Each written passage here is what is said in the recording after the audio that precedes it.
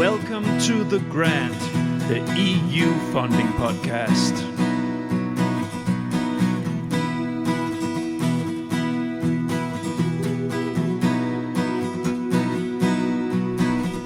The Grant. My name is Niels Winter, and I'm the creator, editor, and host of The Grant. The Grant is an independent podcast initiative with the ambition to dig into all corners of the EU R&D funding system on topics of interest for the full EU R&D funding community. Don't forget that there's a The Grant mock-up for the best comment, question, or shared insights on communication strategies. Just ordered the mocks. Check out my new The Short series on communication strategy for details on thegrant.eu. The rising awareness on gender balance in society has also made its way through to the funding area. The EU Commission is, as always, a frontrunner with these initiatives, and back in 2014, with the launch of Horizon 2020, gender was introduced as a cross-cutting issue. Proposals were required to explain how gender was relevant to the research content, gender balance in research teams was encouraged, and specific calls were dedicated to gender equality research. Now, many rolled their eyes at this, but the fact is that the time has been on the side of the Commission and not least promoters of equality and gender balance in the research world. It is a topic that keeps being high on the agenda within the funding community and of course also with my listeners. Many have requested that I would pick up this topic. I have decided to regularly focus on this important topic, and here in the first episode under the label The Grant Gender, I have Anne-Charlotte Joubert in the virtual podcast studio. She is an EU affairs and funding expert working for Euro-BioImaging, and besides from this, she is also in several initiatives supporting gender balance in the funding world. We have a reflected talk about gender balance in the funding area in general, and Anne-Charlotte shares about the initiatives where she is involved. A very nice entry to this new series. Please enjoy.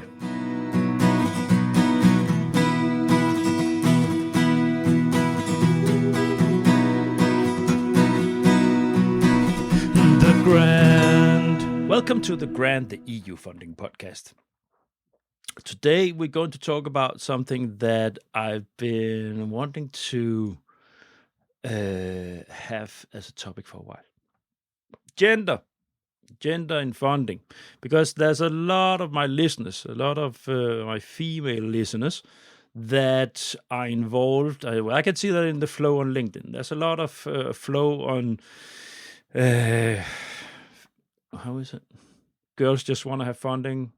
Women in funding, women in tech, women. So, of course, it's a topic of importance that, of course, also the grant wants to shed light on and give a voice. So, as always, I have a guest. And Charlotte, welcome. Hello. Thanks a lot for the invitation. Sure, I'm the one that thanking you, and it's been a while because I've been trying to get you on the show for a long time. Indeed. And it's like this. It's like this with many of my guests. It takes sometimes a push, or people are busy and then they forget, and then I forget and get back to them and so on. But this is one of the instances where I reached out again, and you're ready to join me. So that's great because you are one that is quite engaged in and dedicated to the cause of gender and funding. Now, before we dig into the topic, could you shortly present yourself? Yeah, so thanks again for the invitation. Indeed, it's been quite a while, and as you said, I've been working on this cause for a few years now, and it's a great pleasure to join the podcast today. So my name is Anne-Charlotte Joubert. I'm an EU funding expert. I've been working in this field for like over 15 years now, helping organizations navigating the EU funding landscape, running project myself, and so on. I'm French. I lived 5 years in Brussels, mainly working as a consultant. And for the last 8 years, I've been living in Sweden, in the south. I'm based in Malmö now. And like in 2022, I created my company, WonderFund, to support organization accessing funding. And it happened that over the last years, I mainly supported women entrepreneurs and working on female projects, beside the full-time job that I have working with European research infrastructure. So since March, I joined Euro-BioImaging, and so on. So over the last 4 years, I think I've been very much engaged supporting women entrepreneurs, women in tech, in different positions, and I started to witness indeed the challenges that women are facing in different areas. And funny enough, like I'm French, so I don't know if it's the culture, but I never really questioned gender all through my career until I came to Sweden. Yeah, the thing is, it's often a topic that is quite stigmatized, broader public. But oh shit, now we hear the hippies again. But the truth is that there are some structural issues that benefit men more than females, just like this, unfortunately. And this is why you have these initiatives. It's not out of nothing that it's there. And so we're going to have a conversation about that, the different elements, and how you are involved in trying to change things. So fly in. General remarks about gender and EU funding. And Charlotte, what can you say as a fly-in? Yeah, as a fly-in, I think it's, I don't think it's just a topic. I think it's a real challenge that we're facing today. And I'm very happy that it's also a topic that is taken quite seriously when you go to EU funding. I mean, today you need to look into gender when you write your application. That's quite a core issue, and not only in terms of the diversity in your team or so on, but how do you approach funding when you do research projects? I think that was a quite high priority under the mandate when Maria Gabriel was commissioner. She started to impose quotas in the EIC accelerator, for instance. You have at step 3, today it's 30% of EIC applicants in step 3 who are women founders. So that shows also a quite strong commitment from the European institutions. And I think it's quite important that we also have our decision makers engaged, because as you said, it's quite a systemic challenge, and to me it's a societal challenge, and we can't tackle it if we don't work all together. And we will probably dive more into that during the discussion, but I think it's kind of a circle that we are in, and engaging with our decision makers, it's critical. Yeah, and actually, I forgot to put it in the run button. We will have a talk about the European Commission's role in this, because they are always a little bit on the forefront. So we're going to have a conversation about that later. We'll dig into that. First and foremost, first block here, the gender funding gap. So is there a funding gap? Yeah, obviously. I mean, I think it's not only a funding gap. It's like by not offering access to funding, to diversity, to gender, and so on, we create an economic gap, because that means that companies, whether they are companies led by women or companies working to have more diversity and gender, do not have sufficient access to funding. So that creates a discrepancy in our ecosystem. And that creates an economical challenge, because we know by the reports that diversity, women, and other diverse representations bring different things to the table that men only do not address. Are there any statistics of something like this around this? Is there anything where you can point to, like that? Has the Commission gathered data or something like this on this issue?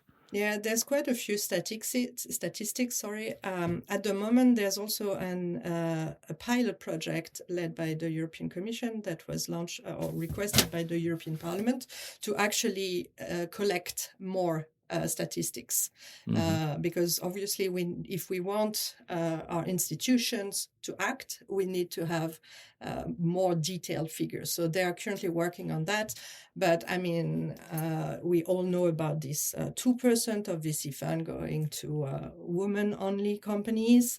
We also know that 90% of European tech investment capital goes to men-only companies. And then when it comes to more on the funding element, we know that women and minority-led funds manage only 1.3% of the global asset management industry. So those are quite clear figures. It's quite interesting to see that although they've moved a bit over the last 10, 20 years, there's been no big changes. And that creates for me, I think it's quite important to look into, okay, why, and why don't things change or change so little over the last decades? When you look at all the initiative that is existing, that when you put diversity and gender into kind of quite central topics in many areas.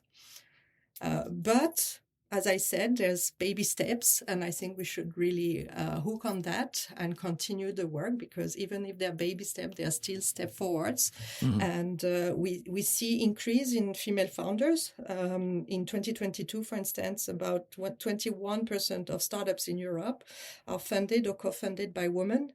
They were 11% in 2017. We also see an increase in women partners in VC fund to 15% in 2021 versus 9% in 2017. So that gives some hope. But of course, we need much more, especially when we know that women entrepreneurs, on average, they generate 150% more revenue for each euro invested compared to men. And also, I mean, I'm going to just shoot the statistics and then we can discuss. But I think it's quite interesting because there's, when you look at how the percentage of funding women access to versus the return on investment, that is like quite amazing that there's no more funding going into women. We also know that venture firms with women partners, they are 2 times more likely to invest in women-led businesses. There's a lot of reports also looking into, like, you tend to invest in what you feel more comfortable with, or what you recognize or you can adhere to. And the last statistic that's also quite interesting in terms of economy is, like, closing the gender gap in business could increase global GDP by 26%. So when you look at those figures and you compare and you consider that the global environment in which we are today, especially in Europe, when we are lacking innovation, when we need to increase our leadership, our resilience, and so on, we could consider, okay, maybe we should look into our funding models and changing that. Yeah, I think the thing is, if you look at EU funding, like the European Commission as a funding administrator, they are very, very focused on gender balance, right? So you cannot accuse the European Commission for balancing. So it's the world that approaches the funding. Yeah. So here we're talking about the real world, where organizations, where people, they work. And now you talked a lot about the entrepreneurs, startups, like all this kind of venture capital, where those kind of things are going. But actually, if you also look at the research world, universities, I think in Northwestern Europe, it's much easier for women to have an academic career. But it's not, I still think that there's a glass roof in most of Europe, no matter the culture, with culture, so on, for women within research. It's I might be wrong, but I think that's the truth, that you have, especially in South and Eastern Europe, it's rough, because academic environments are rough per se. Yeah? Men to men in between, it's rough. Yeah? It's very competitive because you have a lot of fights on discourses within your research. It's very fierce, can be very fierce, and you have fights over resources and so on. And then when you put into that equation the gender part, where you will have societies where it's still, the balance is still not there. I think that you will have countries where it's a rough game as a woman if you want to be up on that level where you are the lead on EU projects, that approach, and so on. So we understand. So because that's the EU project and the approach to that. It's just the end of a long line of a structural game, so to say. Yeah, I mean, it's a structural challenge, and I don't think, okay, of course, in the Nordics, we have better position in terms of cultural elements, because part of the culture is to give more time and priority to families, to, you're allowed to take time when your kid is sick, you have a long time parental leaves and so on. So you are evolving in a structure, in an ecosystem that facilitates. Yeah, However, it's a framework, supporting framework. However, I don't think it's that perfect either. I think there's a lot of challenges. It's still women who stay at home most of the time when the kid is sick. Yeah. It's still women who kind of take longer parental leave most of the time, because of course you need to be closer to your kid. And in Sweden, I don't know how it is in the other countries, but in Sweden, you can't put your kid to kindergarten before 1 year old. I know it sounds crazy for other parts of the world, but it also means that if you don't have a system or family or someone who can help you at home, you as a mother can't go back to work. Yeah. So it's also like, so that creates also career gaps. And of course, on paper, you're not allowed as an employer to discriminate when somebody is on leave for parental leave or so on. But we still live in a society that is happens all the time. And yeah, so that still happens. And of course, it is worse in other countries. But I think the Nordics are not necessarily always perfect. Of course not. But there you have, at least you have a political push to move in that direction. But culture takes a long time to shift. Absolutely. And you also have resistance and friction on that. So it's not...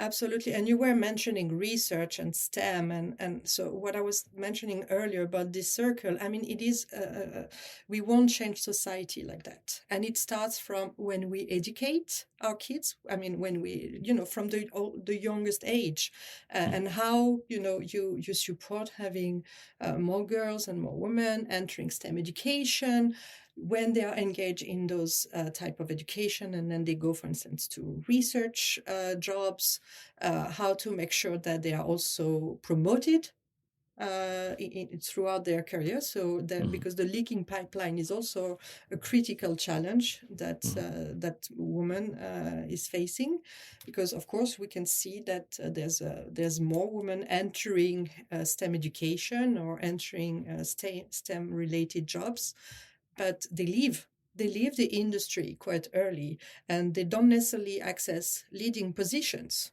So all of that creates, an imbalance in the system.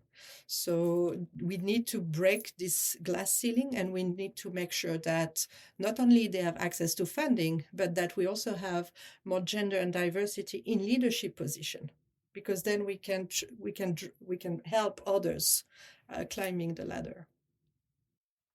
Yeah, and let's now then take it in this part, because so who's doing something? So the Commission is a torch bearer when it comes to these kind of things. I've already did record an episode on diversity in research, more broadly, also homosexuals and so on, not specifically on women. But what we discussed there is how important it is for the commission to pick these things up at a fairly early stage in the funding area. Now, and back in 2012 or something like this, I don't remember exactly when they started to put the gender into the into the templates. People were rolling their eyes, me included, on why this would be necessary, and the people I was facilitating for the researchers, but why do we need to put anything like this? It's not related to gender what we're doing here, and so on and so forth. But the point is that by doing so at an early stage, the commission forces the whole community to have to reflect on it, whether it being a standard text or whether people actually put more into it. And the longer it's there, the more they have been putting into the importance of it in the template and eligibility and so on. People are forced to have an opinion. They are forced to deal with and have internal discussions in the organization. And there you have it. That's the point. The point is not that in a tech project on a sensor for sorting plastic, why should we describe the gender? It has nothing to do with the technology. Yes, no, it's not. But at the broader picture, it's important to let it sieve in and let it become a more and more natural element in organizations throughout Europe to at least have an opinion, to at least have reflected over this. Absolutely. I think it's very important. And these are ways the Commission can use to force that reflection. And that now you have to consider, at least at the reflective points. And for some organization, they really look into that also as an opportunity to push further. And now not only you have this part in the proposal, but for research organizations, you have to have a gender equality plan. That's the next step as well, Yep. So you can't even apply now if you don't have a gender equality plan that is published, that is signed by the management. So after adding this small part on the proposal, the Commission took another step with the gender equality plan, and they were really serious about it. Like they're going to check, and they really want to make a change. The thing is, often when it comes to those big institutions, things are very slow. So adding a small element in the proposal, trying to push for the gender equality plan within organization, institutions, and so on, they are, let's say, kind of immediate tools that can be put in place while they are still working on trying to legiferate and to push further. I mean, the pilot project I just mentioned, it's been almost, I don't know, like 5-10 years they've been working on that. And only now they launched the pilot. So it means that, it's a very slow machine, but when they start taking a topic as a priority on their agenda, usually it gives hope that things will move. Yeah. And you know what? It's a matter of normalizing the topic in people's head. It's a matter of getting away from the stigma. Yeah. It's a matter of normalizing the vocabulary around. So it's not an aggressive, demonstrating in the street, having a normal conversation about it and having a normal, getting it down on a level where everybody understands that it's important without that there's a conflict around it, because that's what is traditionally has been added, to this. As soon as you started talking about these things, it was very, conflict, like friction and conflict, and that is not needed, right? Yeah. So it's a matter of letting it become a more and more natural part. We should not even have this discussion, right? I mean, we should Exactly. not even have to have gender dimension in your proposal, or to have a gender equality plan. I mean, that should just be normal. I mean, we should all, I mean, it shouldn't be a question. Unfortunately, we are evolving in societies that were not built on that kind of system. And today we need to push for more. We need to look into more drastic resolutions or acts in order for the entire society to take this as so that it becomes a norm, right? Yeah. And so I hope in few years we won't have to have this discussion, and that men, women, all diversity will have the same access and the same rights, and on paper as much as in reality. Yeah, indeed. It's a good bridge to making things a little bit concrete on the next block here. So work and initiatives. Now, I want you to share a little bit and talk a little bit about, have a conversation about what you've been doing and what initiatives you've been working on, and because you've been involved in this for many years, and it's I think for many, especially our female listeners, but hopefully also the male listeners here, to understand how long this has been going on and what the initiatives they are entailing. And so, can you share a little bit? Yeah, of course. I mean, first of all, it didn't start with me. I think there's so many women who started long before me, and they are still working really hard at all different kinds of level in different industry to make the change, right? So on my side, I think I started to be much more involved when I moved to Sweden. I probably had some indirect actions before, but definitely since I moved to Sweden, I started to engage in association as board member, and even at work. I was supporting also women initiatives. So I think for me it was more like, okay, how can I bring my skills and my capacities to support more women? And also, like, as I said, I mean, I'm a mother now, I have 2 girls at home, and I want them to be able to achieve any kind of dreams they have. And if they don't manage, it's okay, but I don't want them to not manage because they are girls. Yeah, exactly. And there can be other reasons, maybe they want to be a airplane pilot and they can't because of their view or whatever, but not because of their gender.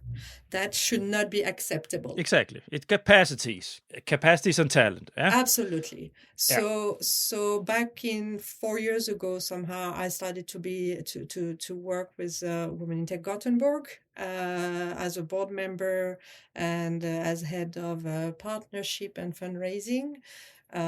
We started also to work more, because I have my background with European funding, and I'm a true believer in the European project, and that you can achieve a lot working on collaborative projects and with other initiatives elsewhere. So we started with that. We got 2 grants that are running today. And that also led to launching other initiatives in other parts of the country, because I'm based in Malmö, and after COVID, when things reopened, Gothenburg was no more only online. So we decided to look into the community around here, and Women in Tech Malmö spin into Alliance, Women in Tech Alliance, because we saw also and a bigger need for having a more umbrella organization, because there's a lot of initiatives already existing in different parts of the country and in Europe, and we started to acknowledge that why should we reinvent the wheel? Why shouldn't we instead more like work with those who are already there, who are doing something amazing, and build on their skills? So work together, so as an umbrella organization for the community. So this is when the Alliance was born. And it's still growing here, and we have a lot of webinars and local events, and we're teaming up also with other European initiatives. And that work also led me to meet amazing people, men, women, and gave me the opportunity to join back in 2022 the European Female Founders Forum, which was launched by Maria Gabriele at the time to support women entrepreneurs in Europe. And with the forum, we had great ambition. It really brought amazing women from all parts of Europe together. And to work together also with the Commission on how can we change that. Just before the female founders, she had launched the European Women in VC, which is very similar to the Founders Forum, but focusing on funding and investors and so on. And they're really doing amazing today. Anyway, we decided to go for a call. And that's when I wrote the Her Fund project that got awarded end of 2022. We were on the reserve list, and then we got awarded. So we launched the project March 2023, and since then it kept growing. And I must say that I'm so blessed with the partners that we brought together, and the high level and commitment of everyone engaged in this project. It really feels like it's more than a project. We're really trying to change things. Interesting. Can you share a little bit about that project, what you're doing? Yeah. Absolutely. So the Her Fund project, it's an EU-funded project that aims to build a network of gender-conscious investors to support women entrepreneurs in Europe. So it's a CSA type. So very simple. We're building a network, but this is an amazing opportunity to take action, to bring communities together, to engage with the different ecosystem. And we are also looking into how can we bring more foreign investment into the less connected innovation territories. What you were mentioning earlier about the challenges in gender in research when you're in the Southern Eastern Europe or Central Eastern Europe, you have very similar challenges when it comes to access to funding for women entrepreneurs in those territories. So we are looking into that, and we are really looking into how can we best work with the investors, the founders, and the ecosystem all together to facilitate access to capital. Now, what are those challenges that they're facing? You mean for women entrepreneurs in those territories? Yeah. Well, I mean, they are facing challenges in terms of growing their companies, accessing investors, the flow, the number or the capital that they can access to, can tap to in those territories is lower than the one you can have if you're a founder in the Nordics, for instance. Because of the innovation scoreboard, it happens that the traction goes in the other territories, which means that they are left behind in terms of capacity to grow the R&D, capacity to employ, to access to team and talent, because there's also a talent challenge as well, because people are leaving because they can't get jobs and so on. So that really creates a discrepancy in the European ecosystem, where you have territories that are much advanced compared to others. And so we are trying to rebalance it, and that sounds extremely ambitious. You have to start somewhere. But of course, we are not alone. But I think that's part of the job. I mean, we want each territory and the talent and the companies in those territories to have the capacity to grow where they are, because if you succeed with your venture in that territory, basically then you that has an impact on your local economy. So that means that you can create more jobs, people, so the domino effect behind is quite important, right? Yes, and it's also a matter of changing a mindset where they are, because that's where the whole thing starts. Yeah, absolutely. So you can be being a role model for other women, being like in the being public about. So society as a whole sees that it's it's possible as a woman to be an entrepreneur, to start things up, and to thrive still. I mean, there's a lot of female founders who are succeeding. So I think, yeah, being a role model, showcasing that you can succeed as a woman while still taking care of your family and your kids, it's possible. It doesn't mean that it's easy, but it's possible, and it should not be a barrier for if it's the path you want to engage to. You should have that possibilities, and in order for you to grow towards that path, you need to have a strong support system. Mm-hmm. Is that part of the project activity to deal with that equation, so to say, the child, home, woman being an entrepreneur? Is that something you deal with as an issue in the activities in the project? I mean, not directly, but when you give the keys and the tools to women entrepreneurs to manage to grow that venture, you facilitate also how you deal. I mean, it's not only women who have to take care of their kids at home, I mean, but that's most of the time we are not alone in that direction, right? So I think if you give the right tools to women to enable them to grow their company in the right direction, with the right network, with the right access to funding, with access to investors, with access to training where it's needed, to have an ecosystem in which they can thrive, then yes, you facilitate how their personal life is balancing as well, But this is not only true for women in Central Eastern Europe or Southern Europe, it's true everywhere. Yeah. But the thing is, it's the Nordic men, for instance, and German men. They're much more.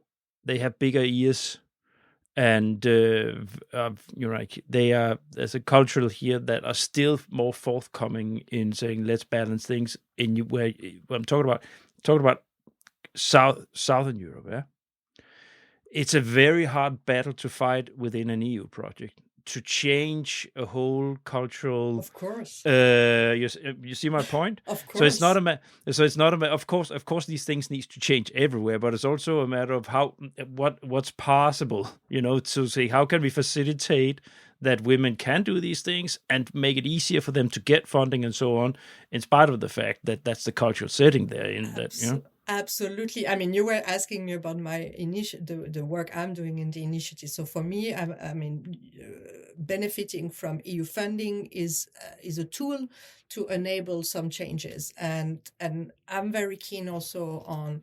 We are working with the European Commission. We are working with other projects that are also work in the same vein as ours. We are also working with other initiatives. So basically, today with this project, it allows you to take actions and to engage and to develop activities that are supporting women entrepreneurs, that enable us to talk to the ecosystem, to talk with our decision makers. And there's a lot of other initiatives that are already also engaging in similar ways, and not necessarily with EU funding, but with other means. So I think this is my experience and the tools I am using today, but there's so many people, men as well, engaged in this cause, trying, on a daily basis, working very hard to make those societal changes. Yeah.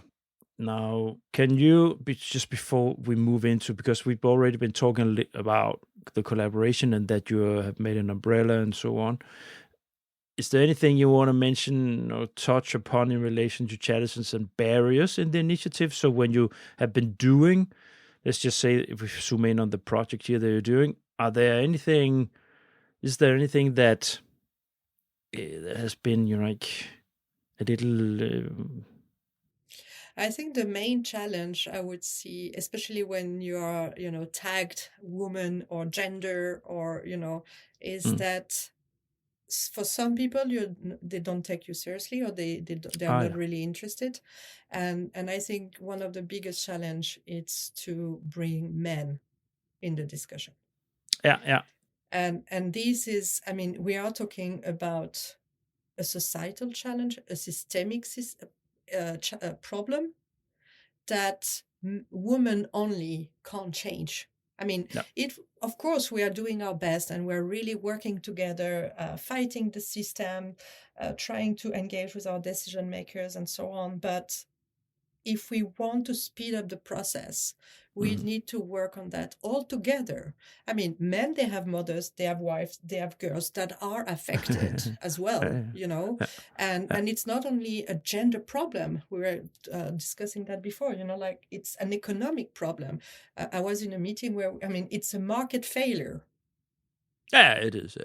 And it's, of course, we want more balance. Mixed team, they achieve much better than a men-only team. But we need to make sure that everyone has the opportunity to grow, also because that growth can have an impact on our economy, on the product we are developing, on the technology we are developing, and so on. So I think it's much more than just a gender problem. And the main challenge is, how do we make sure we engage everyone in that at all levels? Talent and capacities. Yeah. That's what we're supposed to focus on. Yeah, talent and capacities.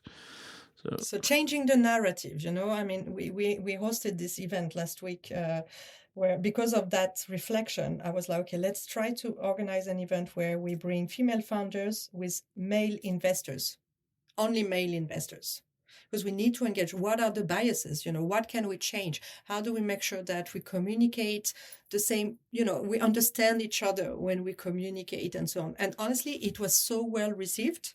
And they want to come back with more men. And so I think we should have more of those discussions. How can we engage together to tackle that societal challenge? Because it's not just a gender challenge again. You know what?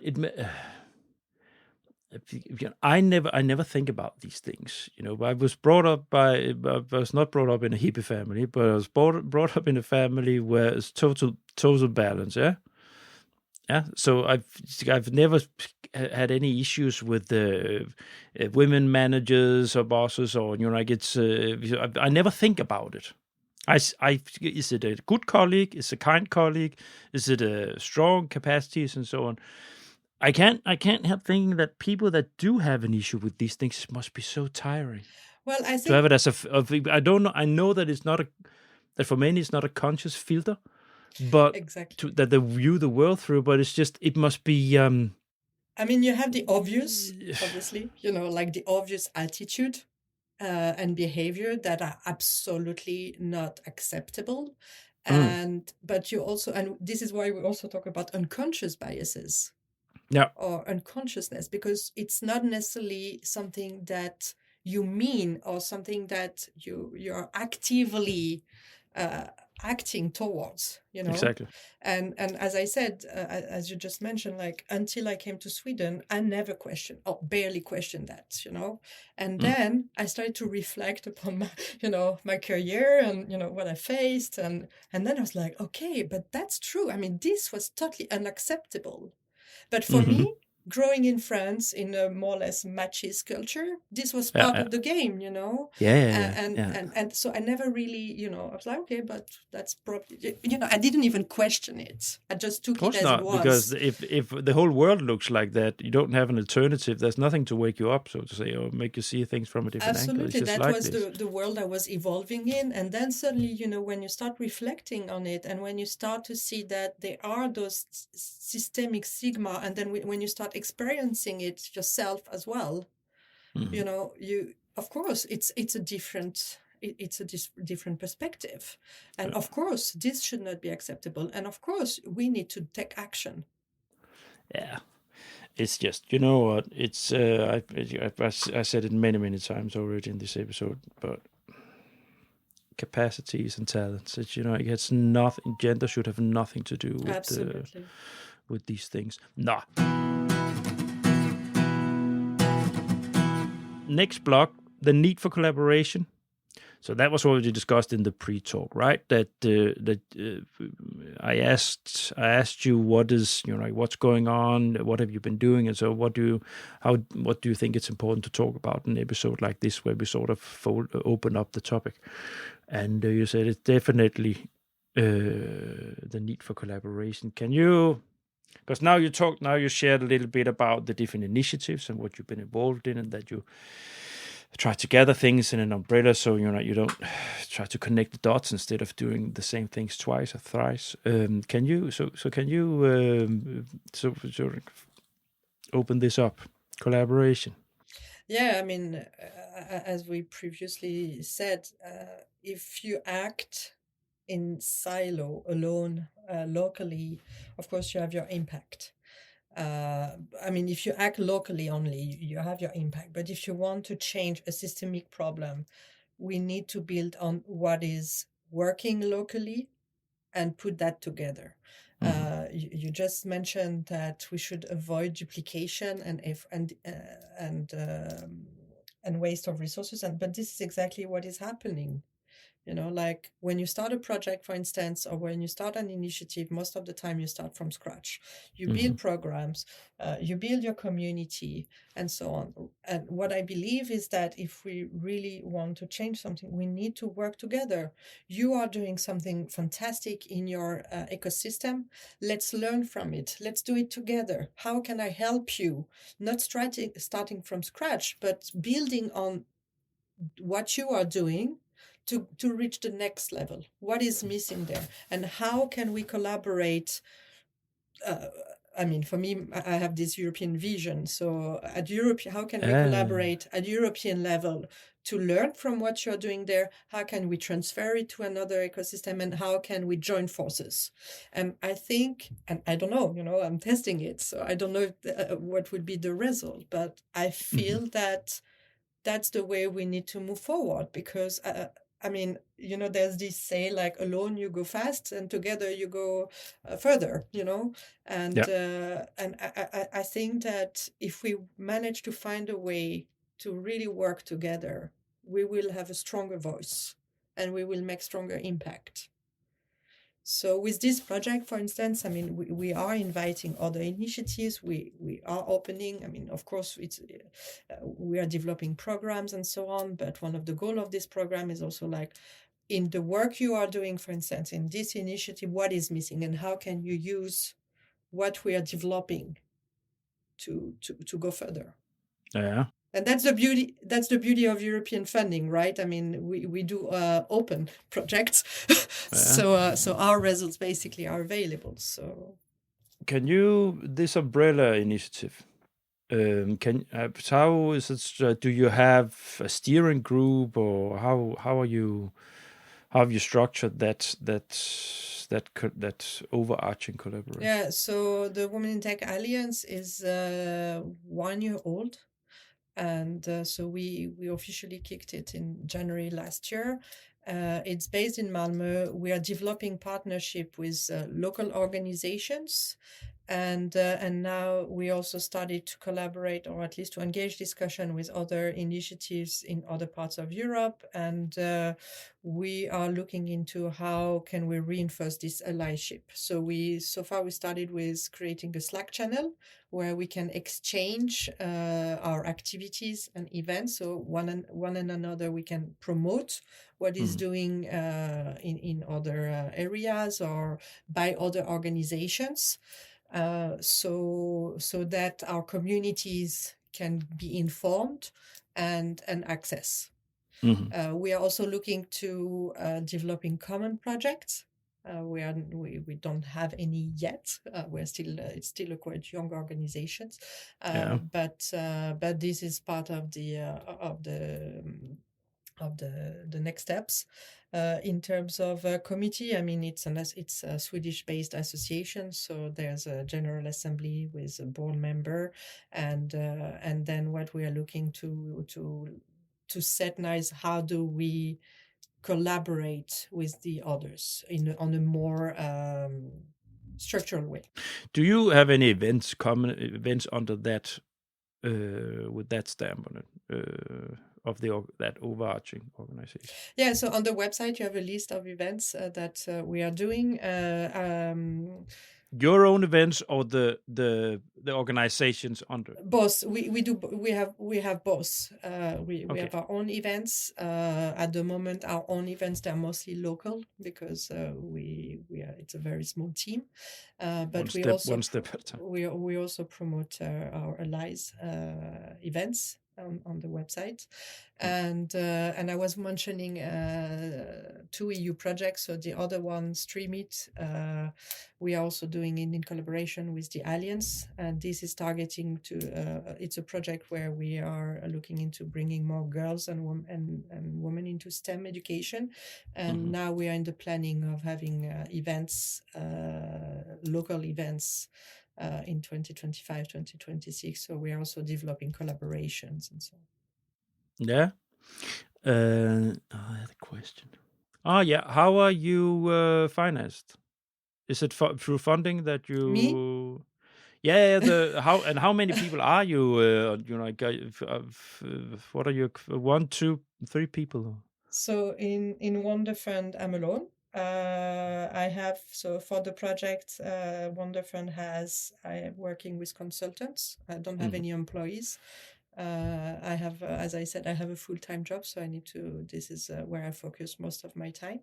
So I have those projects, and Women in Tech Alliance is funded through sponsorship mainly at the moment. Okay. First, I will put a link to these initiatives. Share with me what you want up there, because I have the episode site, and I can put whatever you want of links there. So the project, the umbrella organization, so on. So whatever you want there, I can put that up for you. So that's going to be there. And her fund, we are developing a digital platform now that will be launched end of February, early March. So everyone that is in the community will have access to that. It's a pilot platform at the moment that we aim to continue. But the aim is also to connect the ecosystem, to bring investors and founders together, and to share recommendations and other any relevant information. Now, if you already have that now, this episode will probably out just before you launch it. But if you have the link already, you just share it with me and I put it up. Absolutely. Yeah. So that was important to say. And the next thing that's important to say is that we have agreed, because I want to make sure that to keep a light on this, that we will make a handful of episodes on this, with a focus on gender. So we will develop more together, some of your contacts, and shed light on different things.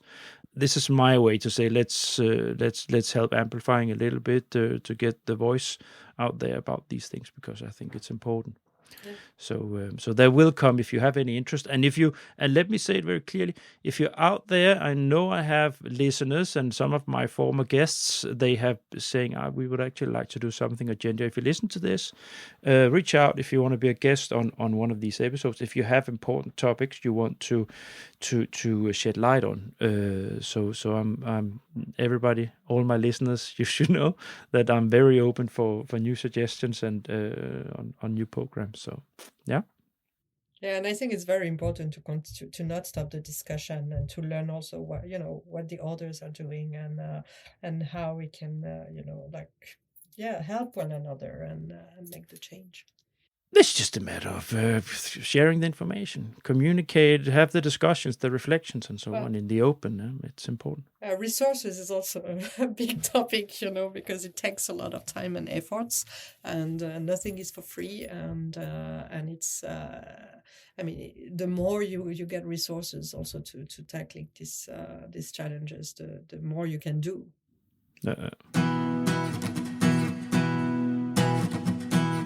Which brings us to the last block before we will talk about the toughest challenge. So getting involved. Do you want to invite anybody out there? Do you have... yeah? Absolutely. Anyone who is interested female founders first, they should follow the WonderFund project. Investors, men and women investors, you should also join us in the project because we need your support as well to not only, discuss how we can change things, but also to help the founders wherever they are in Europe. Of course, we want to facilitate access to funding to the territories in Europe that have less access to capital. But I think, as we discussed, it's a borderless challenge. So women in other territories, they also need support. And ecosystem builders and people in the ecosystem, we also need you. We need to find ways to work together to lower the barriers. How can we use each other's strengths and forces to make the change? So it's we need to join forces. Absolutely. Yeah, that's out there. Reach out. I will put the link so you can reach out, and there will also be a link to Anne Charlotte's LinkedIn profile, so you can reach out to her there if you wanna continue the conversation directly with her. That's it. It's a nice conversation. Thank you.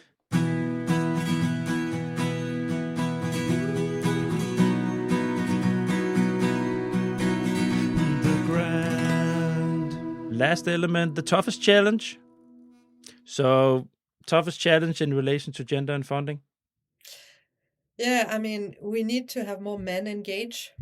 We need to have more people signing checks to support women entrepreneurs, and we need to have more resources to take action. And we need obviously also political support. We need the support from the decision makers to act. But they are from the European Commission side. That's they're working on it. You can hardly blame them. They are on your side. No, absolutely, and I'm absolutely grateful that they are working hard on this topic, and that we are working together on that. We, as I said before, when I see the Commission or the European institution engaging and prioritizing a topic, I have hope that things are moving the right direction. Yeah. So I'm really grateful to the institutions for their support, and but them alone won't go far. So we need to do that all together. Indeed, that's a nice end note. Thank you very much. I'm just going to land the plane before we're going to say goodbye to the dear listeners. So, dear listeners, thank you so much for listening to the end. I hope you enjoyed this conversation. If you like what you hear, if you want to hear more, get more, if you crave more sound on EU R&D funding, I have a treat for you. Go to my platform, thegrant.eu, and you'll find more than 150 podcast episodes on EU R&D funding. It's categorized. You go to my podcast universe, click yourself in there, and then you will find tabs. So if you are a coordinator, you have a coordinator tab. If you are specifically interested in the AI development within proposal writing. There's an AI series I have for the university world, research world, the campus, and so on and so forth. So click yourself through there, dig yourself into to my episodes, and you'll definitely find something of interest. And while you are in there, do not forget to subscribe to my email list. That's the way to support independent podcasters. So if you have any sympathy with what I'm doing, by all means, do subscribe to that. Finally, LinkedIn. Go and like the Grand site, Grand page, and connect with me, Niels Tudor Winther, on there. That's where the fun happens. That's where the flow is. And that's also where I pick up guests often. So if you want to be on the show, the road is not that long. It's quite short, actually. You just have to reach out if you have something to say and want to share with the community. So, yeah, that's that. And Charlotte, thank you so much. Thank you. It was a great pleasure. It's been a pleasure. We will coordinate, you and me, on next episode. So in 2025 we will dig into that. And but for now, thank you so much, and let's say goodbye to the dear listeners. Bye. Bye. Thanks for listening to this episode of The Grand. All the Grand episodes have their own site on the Grand website. You'll find the link in the episode notes where you listen to your podcast.